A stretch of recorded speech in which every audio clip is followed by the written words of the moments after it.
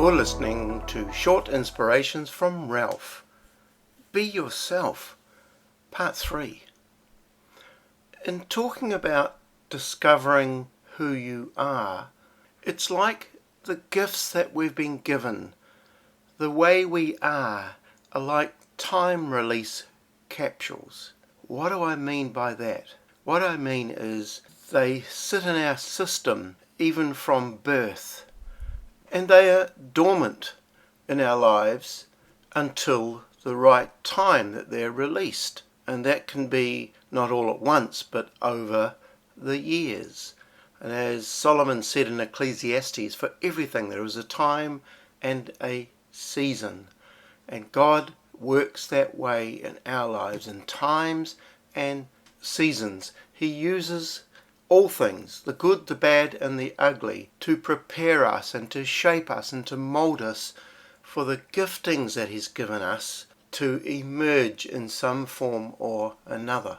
For example, leadership capabilities may come out later on, but hints have come through in childhood. That kid who has a very strong personality, always placing their foot over the line, could be displaying raw leadership talent. That kid that seems to be very soft-hearted and enjoys hugging people and physical touch could be a person who later on in life becomes someone who's a counsellor or a doctor, or someone who cares deeply for other people in some form. That kid that likes to draw all the time or paint, that kid that likes to read, the one who loves sport, all give a clue about the future. That's one thing I really enjoyed about the network course we used to do in church. It was from Willow Creek, and they would work out through assessments what your spiritual gifts were, what your relational style was, and what your God-given passion was. And there was a question or two in there that I loved, and it was something like this: when you were a child, what was the thing you naturally gravitated towards doing or being when you had nothing else to do? Did they like to play alone or with others? Were they drawn to outdoors or indoors, towards sports or away from sports? And as we've said, a deep love and care for others.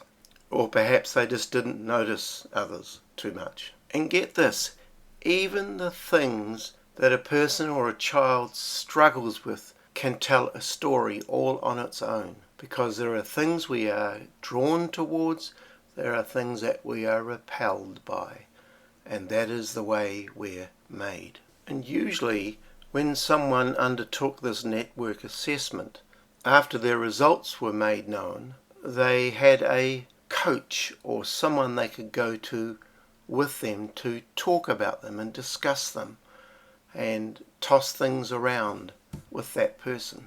Now, if you're keen to do this test, you can Google Network Giftings Test, Network Giftings Test, and you'll find various sites, but the one that probably is the most helpful for this would be brucebugby.com. brucebugby.com. What I've been saying today was absolutely true in my own life.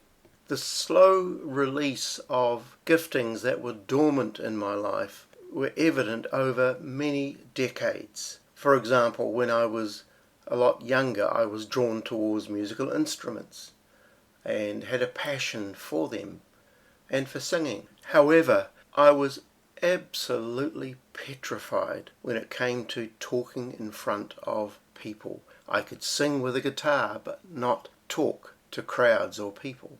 But then through a lot of circumstances, a combination of other people asking me to do things, drawing me out, etc., and me gaining confidence that I could do that, now I've come to the point where you can't stop me talking and communicating, and I have no problems with hundreds of people in an audience that I can talk to. That untapped gifting that was there for many, many years finally burst out and came out. And it was the hand of God that allowed that to happen. It was in His timing and in His unique shaping of my life. My prayer for you is that you too will come to understand the handiwork of our Creator and His involvement in your life and in your future. God bless you.